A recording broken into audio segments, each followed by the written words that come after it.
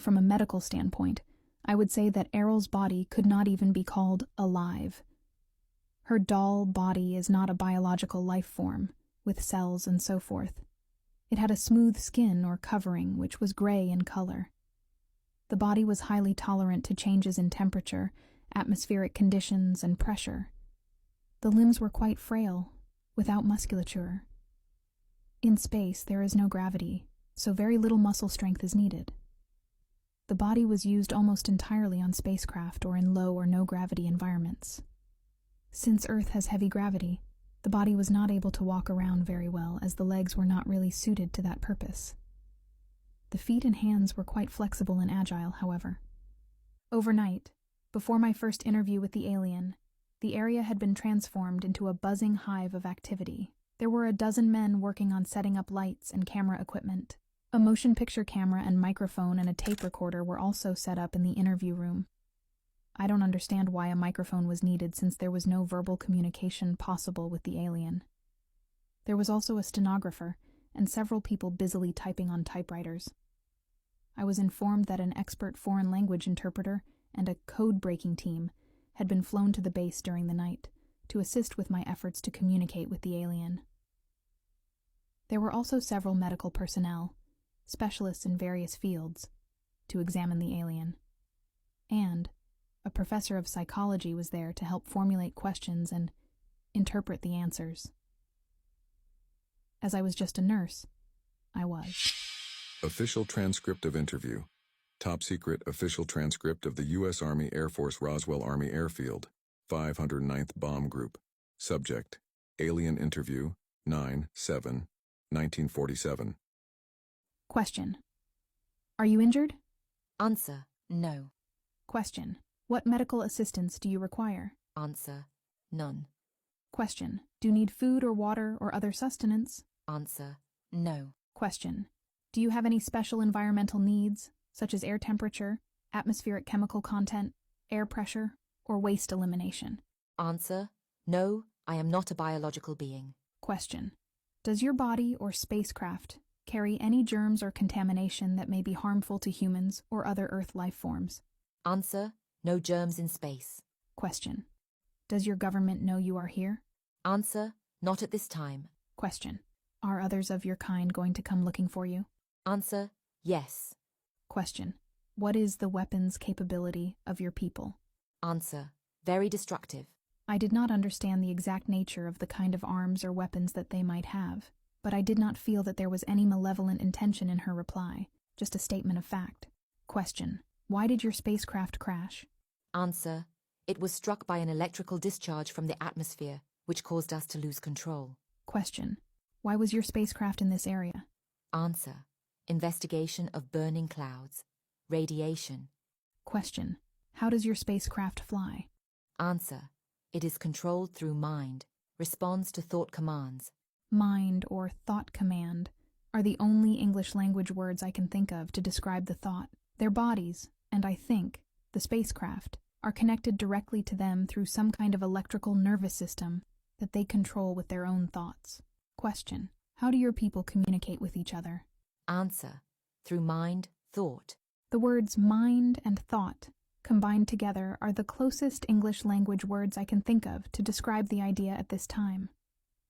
However, it was very obvious to me that they communicate directly from the mind, just as she is communicating with me. Question: Do you have a written language or symbols for communication? Answer: Yes. Question: What planet are you from? Answer: The home, birthplace, world of the domain. Since I am not an astronomer, I have no way of thinking in terms of stars, galaxies, constellations, and directions in space. The impression I received was of a planet in the center of a huge cluster of galaxies that is to her like home or birthplace. The word domain is the closest word I can think of to describe her concept, images, and thoughts about where she is from. It could as easily be called the territory or the realm. However, I am sure that it was not just a planet or a solar system or a cluster of stars, but an enormous number of galaxies. Question: Will your government send representatives to meet with our leaders? Answer: No. Question: What are your intentions concerning Earth? Answer: preserve, protect property of the domain. Question. What have you learned about Earth governments and military installations? Answer, poor, small, destroy planet. Question. Why haven't your people made your existence known to the people of Earth? Answer, watch, observe, no contact. I got the impression that contact with people on Earth was not permitted, but I could not think of a word or idea that communicated the impression I got exactly. They are just observing us. Question. Have your people visited Earths previously? Answer, periodic, repeating observations, long before humans. Question. How long have you known about Earth? Answer, long before humans. I am not sure if the word prehistoric would be more accurate, but it was definitely a very long period of time before human beings evolved. Question. What do you know about the history of civilization on Earth? Answer, small interest, attention, small time. The answer to this question seemed very vague to me. I perceived that her interest in Earth history is not very strong, or that she did not pay much attention to it. Or maybe, I don't know. I didn't really get an answer to the question. Question.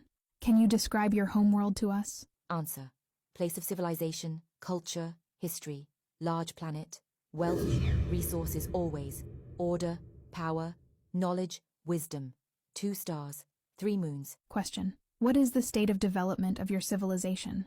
Answer, ancient, trillions of years, always, above all others. Plan, schedule, progress, win, high goals. I use the number trillions because I am sure that the meaning was a number larger than many billions. The idea of the length of time she communicated is beyond me. It's really closer to the idea of infinity in terms of Earth years. Question. Do you believe in God?